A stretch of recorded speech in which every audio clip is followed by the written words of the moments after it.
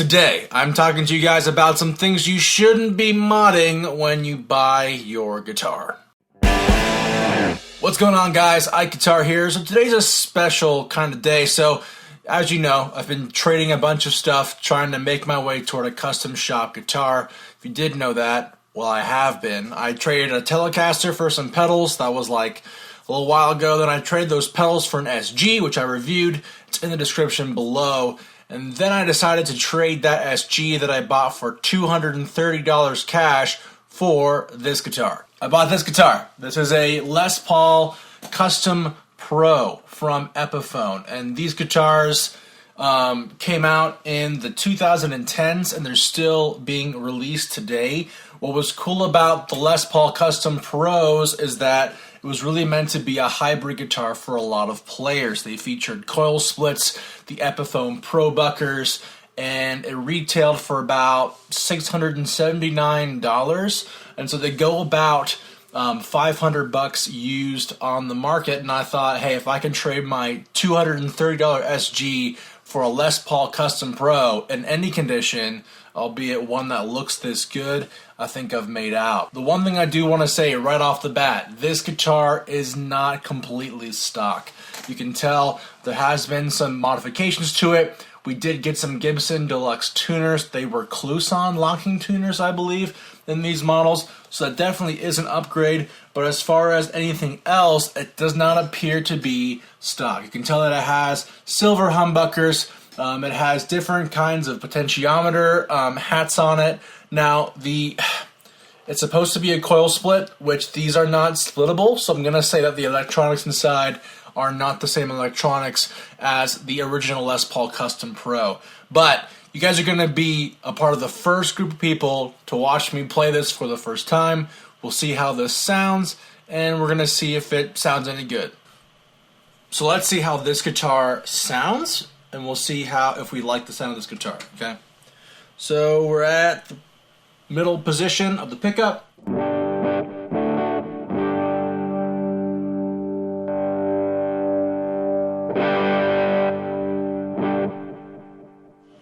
That's really weird. It's actually, when I pull this bridge selector pot all the way up, it kind of mutes it. Like I'm rolling it back.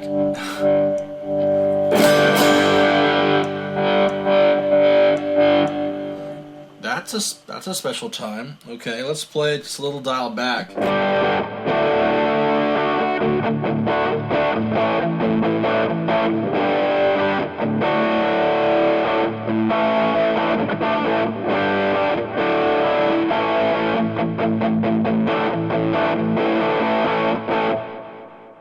So the guitar definitely feels good. I really like the way it feels. It is kind of weird these pots are so jank. Let's try different pickup positions and see how it sounds. What?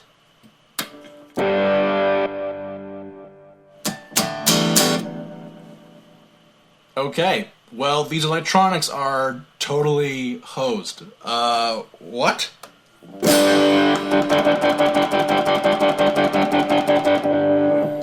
Well, if you like to play Iron Man,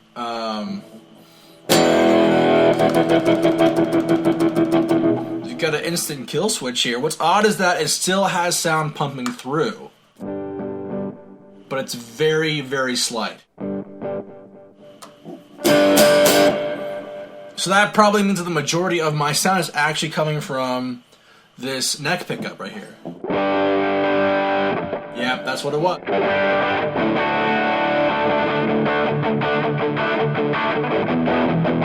Now, before I get started bashing the guitar, I really want to talk about some things that I do really enjoy about this guitar.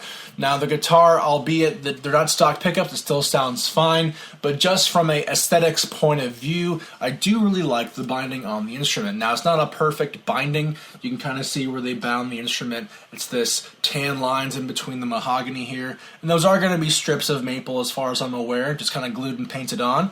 I do like the binding. It adds a nice little flair to the guitar. Now, albeit this is not an American-made instrument, so for a Chinese instrument, the binding isn't terrible. I will say, though, that it does get a little iffy around the actual neck a little bit here. There is some variances in the binding, but overall a pretty great shape. The guitar is really pretty. It retains most of its core hardware. You can tell that it's all gold and black with the Alpine white, and it hasn't really mellowed out to cream yet. So I do really appreciate the fact that it does retain its white very, very well. But it is a polyurethane finish, so the whites are going to hold out longer over time, even though this guitar is about 8 years old right now. Alright, so here are some thoughts on what I've pulled out from this Les Paul Custom Pro.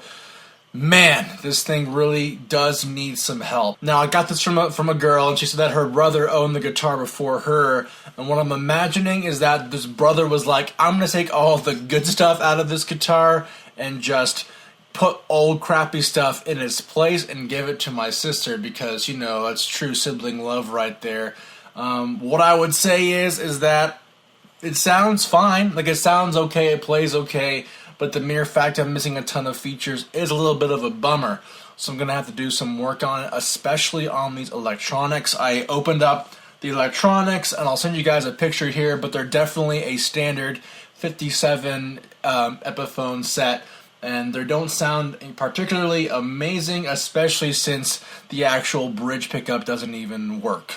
And maybe it worked, maybe it just isn't wired properly. Now, I think this is a good opportunity to tell you guys some things that I'd recommend when changing up a guitar's electronics or not. Some things, some rules of thumb, you would say. But if you're gonna mod a guitar, especially one that costs about $600 retail, maybe $500 used, what I'd recommend is keeping it as stock as you can. The resale value totally goes down when you put in aftermarket electronics, even electronics that may be considered better, okay? It's all about what's on this headstock right here, boys and girls.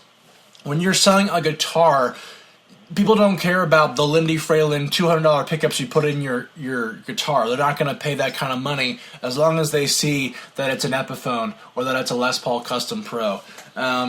Even then, he didn't put anything better than that in there. He put something worse than that in there. Non-original electronics, especially silver, on an Alpine white Les Paul. What are you doing, man? These should be gold. It's all gold hardware. Even the switch cap is incorrect. It should be a black switch cap on this Switchcraft. But I'm telling you guys, what's more important that you guys do, that you guys actually keep stock components in your guitars, unless you really just want to give it away. And I honestly, like, this guy obviously wanted to give this away. I don't know why you would want to take Pro Buckers out of this Les Paul to make another guitar sound better. Maybe he loved a certain guitar, but honestly, Pro Buckers aren't even that impressive. You can buy them very cheaply. In fact, I bought some Pro Buckers on eBay from, you know, Korea for like $40, although it's going to take 30 days to ship them here to the US. But listen, guys, what's really important about modding your guitars is that keep them in stock as you can, and don't take a semi-expensive guitar and put them into, you know, a more expensive guitar. Put them in a less expensive guitar.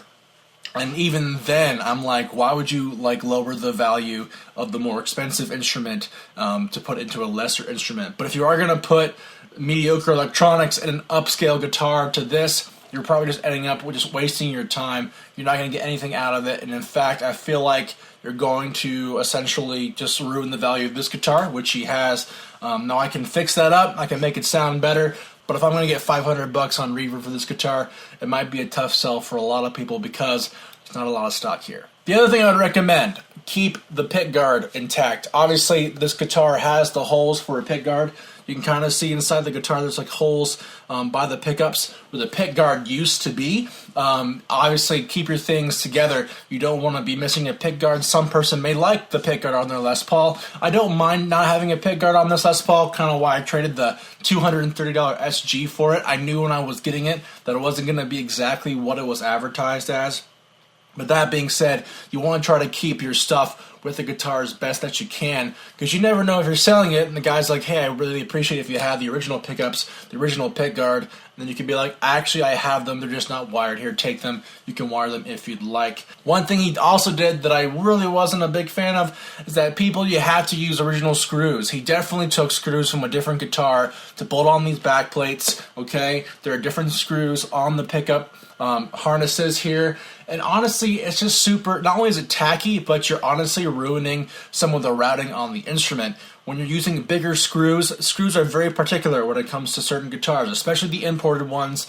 These are a totally different screw metric than we do here in the US, and if you use screws from different guitars, you risk ruining the routing on the instrument. I'm telling you, I could probably shake this guitar pretty hardcore and the backplate would just fall off because all of the routing is stripped from using different screws in its place. Now, I did buy some screws. You notice the wrong screws because every one of these screws should be gold on this Alpine White Les Paul. And only 2 or 3 screws, especially the ones up here by the nameplate, are actually still gold. So, I did buy some new backplate screws. We'll see if they fit, but the goal is to get these things as close to stock as possible, and hopefully it'll sound just fine, it'll sell just fine. I'll be able to find a decent trade for it. So, here's the question. Is the guitar a bad trade? I would say no. If I got a Les Paul Custom Pro in any condition like this one, I think it's going to be a better trade for the $230 SG that I trade it for. Now, that being said, does it need work? Abso-freaking-lutely. It is a mess on the soldering joints. It is a mess on that pickup selector. I'm going to have to go in and resolder some stuff, buy some new equipment to kind of make it more stock. But overall, I think I can make it work. Now, that's something you got to have to keep in mind when you're selling and trading instruments over the marketplace, especially when you can't see it for yourself. Now, I knew this guitar was going to be like a little bit modded, okay? I didn't realize how modded it was, but I wouldn't have changed my mind. This is a good guitar to have. If I can get it back to original condition, hopefully I can flip it for some even cooler gear. Guys, thanks so much for watching this video. If you liked it, please consider subscribing. I make videos all the time, not just about the gear that I've been trading. If you like this guitar, let me know in the comments below. Would you recommend me doing something different to mod this guitar? I'm trying to make it as stock as I can and get that resale value back up. But if you have some better ideas, let me know down below. And don't forget to look at the other videos I made regarding the other trades I've done for that guitar. I've got an SG video and that Telecaster video. I'll link them down in the description below. Hope you guys have a great day. We'll see you next time on IkeGuitar.